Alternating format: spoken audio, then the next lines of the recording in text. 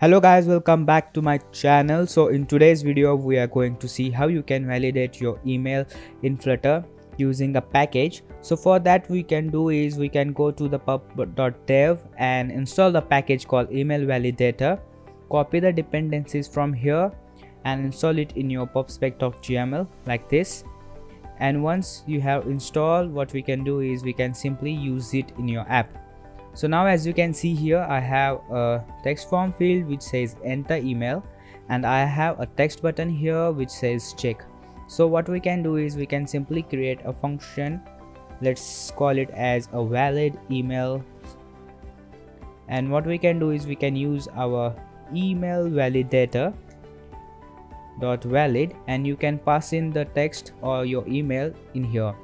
So we'll get our text from our email controller dot text dot trim, so we can remove any spaces. So what we'll be getting is we'll be getting the result from this. Let's say we'll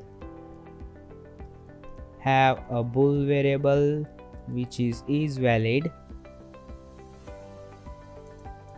which will store the result. If it's true, we can say that our email is valid. If it's false, our email is not valid. So what we can see is, let's check if is valid, that is true. What we can do is we can simply show a snack bar using our scaffold messenger.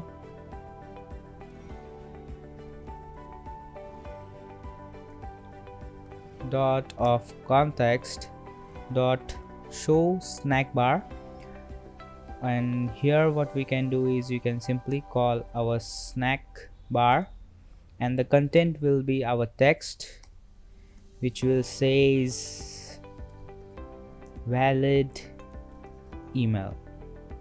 Okay, so what we can do is else we can show the different snack bar which says not a valid email. So what we can do is we can simply save our app, and now we can use this function in our button. In our on press button we can simply return or call this function. Okay, so now let's check if this thing works or not. As you can see here, I will type any random email, something like that, which is not a valid email, and now I'll check the check, and now we get a snack bar saying not a valid email. I can simply write again, like we can add something like anything.com. We can check again, it again says it's not a valid email. So let's write a proper email, as in test@test.com, and now once we click on the check, it says a valid email. We can again try without using .com. We will be using @ symbol, and now once we check, it again says not a valid email. We can also use any numbers, then .com, and once we check, it says a valid email. So this is how you can use a package called email validator to simply check the email is correct or not in your app.